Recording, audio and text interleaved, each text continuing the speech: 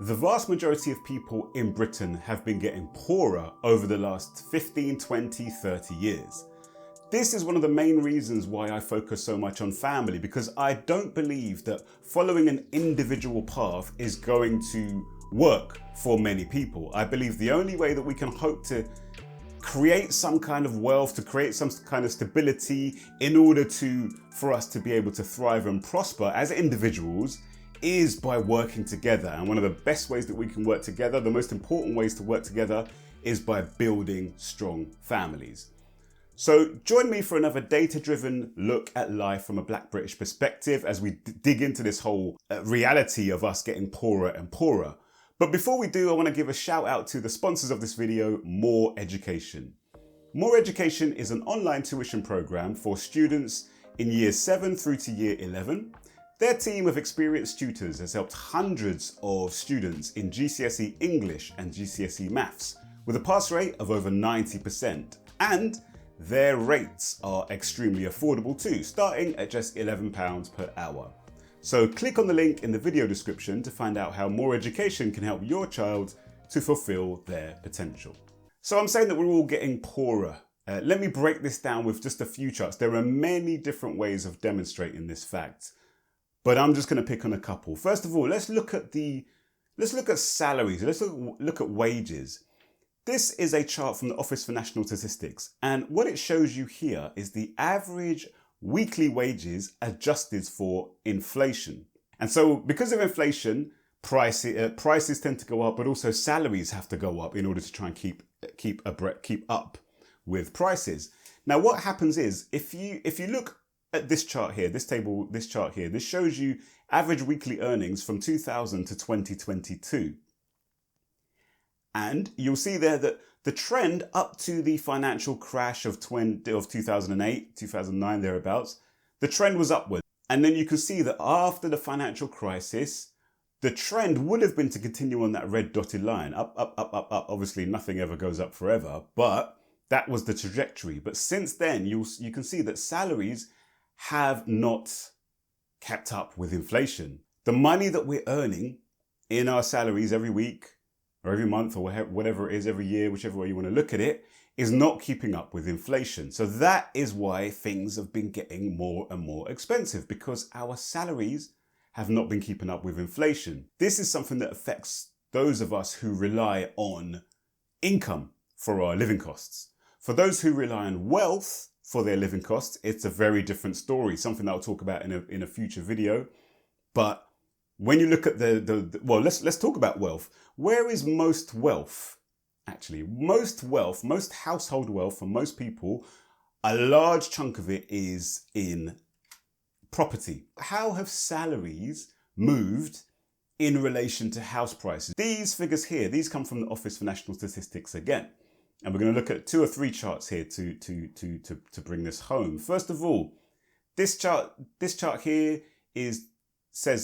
tells us, look, while earnings have doubled since 1997, house prices have increased 4.5 times.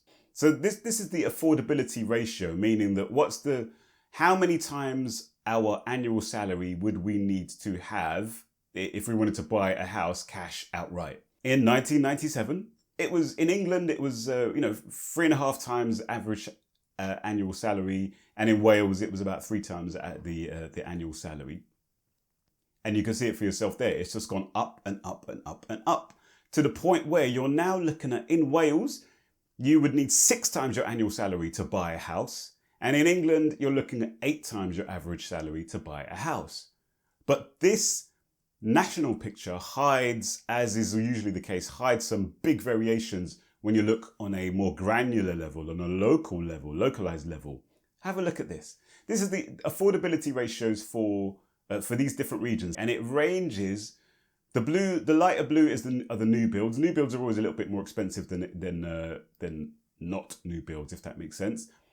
Look at that. So if you live in Wales, or up north, really far north, Yorkshire and the Humber, then it's not too bad. You're looking at about, for non-new builds, you're looking at about 6 times your average salary, your annual salary, and for the new builds about 8 times. I'm saying that's not too bad, but look at the southeast, which obviously includes London. you're looking at 12 times or 13 times annual salary you would need in order to buy a property in the southeast, including London. So again, this is a historical trend. The costs, the price to buy a house, the cost that you would need to pay to buy a house has been going up and up and up. Salaries have not been keeping up with house price inflation. Salaries have not been keeping up with just regular inflation. Everything is becoming more and more expensive. We're all getting poorer. This means it's getting harder to accumulate any wealth. And it's getting harder to keep a roof over our head. It's getting harder to buy food, clothing, transport, fuel. All these kinds of things have been getting more and more expensive. I think that a lot of the talk recently about the cost of living crisis since the sort of, the pandemic era, people talking about cost of living crisis as if this is just some new thing that's only been happening for 2-3 years. This has been going on for decades. And I want to really point out the intergenerational element of this. There's a generational injustice baked into Britain and the West in general that is going to come back to haunt this country.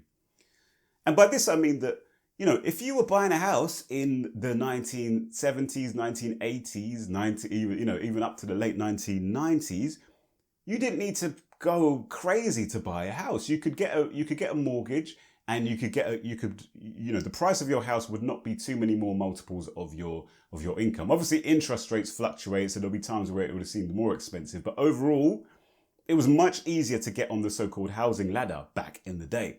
But for the younger, what's happening now? The injustice is that those who have most of the housing wealth now are older people, and those older people are benefiting from the massive inflation in house prices brought about by various things, the right to buy, thing, the fact that the government isn't really building many houses, the fact that successive governments have liberalized the mortgage market, meaning that loads of money has been sploshing in. Housing shouldn't even be an asset in this way, in my opinion. Housing is a right. It's a basic human right. Everybody should have a place to live.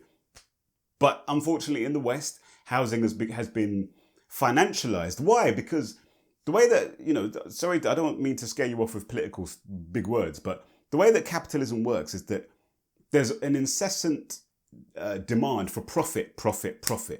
This is the way that capitalism works. Everything, everything that's made or produced or distributed is done for profit. And if profit is not made, then businesses go under.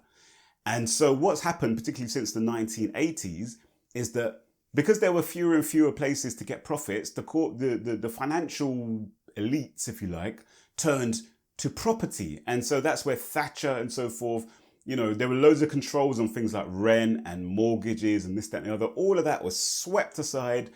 Britain's housing market was thrown open to the entire world. Loads of foreign capital coming in from China and India and Arabia or wherever it might be, all over the world. And that money is sloshing into the housing market, pushing up prices. You've got to factor also in immigration.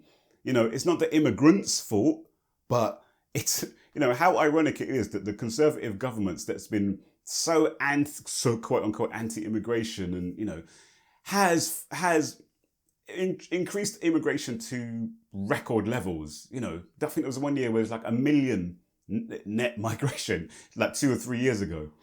The point is that immigration pushes up house prices because obviously more demand means prices go up. And so who's benefiting from those prices going up? Those people who hold the housing wealth. Who holds the housing wealth? Mainly older people, of which I include myself. I include myself in that as well, somewhat.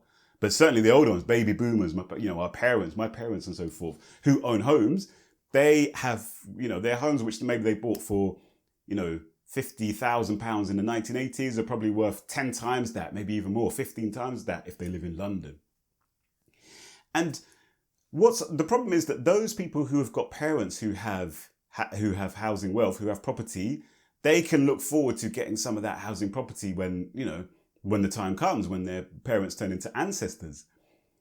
And this is turning Britain into an inheritocracy. I'm going to look at this article quickly from the Financial Times. It says, the Bank of Mum and Dad, BOMAD, helps students by paying their university tuition fees. and even more importantly with money for the deposit on their first property. This parental support seems to be increasing. According to the Office for National Statistics, 36% of first-time home buyers in England reported being helped by family and friends in 2023, up from 27% in the previous financial year. A YouGov survey puts the proportion even higher. It found that between 2015 and 2020, 54.4% of first-time buyers in the UK received financial help from their parents. And there is plenty more assistance to come. Baby boomers have benefited from the massive gains in property prices since they stepped onto the property ladder in the 1970s and 1980s. As they die, their children will enjoy a substantial inheritance. A report for the King's Court Trust in 2017 estimated that £5.5 trillion would pass between the generations over the following 30 years in the UK. And this is the stark reality of where things are at the moment. Britain is an inheritocracy. If you have wealthy parents, you're going to be generally okay. If you do not have wealthy parents, and unfortunately the vast majority of black people here in Britain fall into this category, we do not have wealthy parents, we have very low home ownership rates, which is having a knock-on effect. I've made a previous video about black-owned businesses, how the lack of capital is the big thing that's holding them back. And we've talked about here as well that, and the reason I said that is because most new startups rely on family for their startup capital. Similarly here, we're talking about buying a house. Most first-time buyers rely on their parents or family members for the capital to buy a house. So I hope I'm making this clear. We're in a society where the youth in particular, the large majority of the youth now are looking at a situation where they're not going to be able to afford somewhere to live because they don't have parents who own somewhere to live. They don't have parents who have any significant levels of wealth. And my point is that we, on an individual basis, yes, there are so many things that are outside of our direct control. That's got to be stated. I'm not a pull yourselves up by the bootstraps type of person. That's nonsense. But there are things that we have control over in our lives that we can do to help make things better. I said in my last video, one of the most important things is who you're going to choose to get with, who you're going to partner with. You have to vet that person very, very carefully. You have to vet yourself.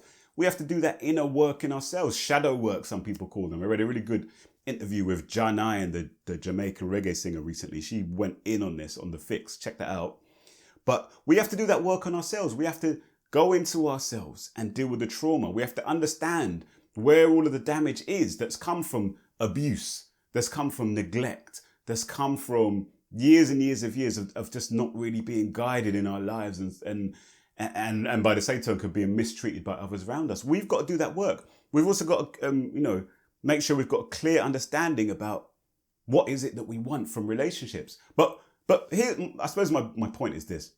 We need families. We need people coming together. And by families, I don't just mean man and woman coming together, having children and whatnot. I also mean wider families. We need relationships between one another. We need better friendships with one another. We need to come together so that we can start to work together to withstand what's going on around us. Anyway, that's all I'm saying. We're all getting poorer. The solution is for us to work together. The solution is not individualism. And the key part of that solution has got to be the building of strong families, which in my opinion has to be grounded on marriage. All right, so take good care. There's a video here which you might find interesting, which relates somewhat to this topic, and also YouTube will recommend a video here that you might find interesting. Take good care of yourselves, and I will speak to you soon.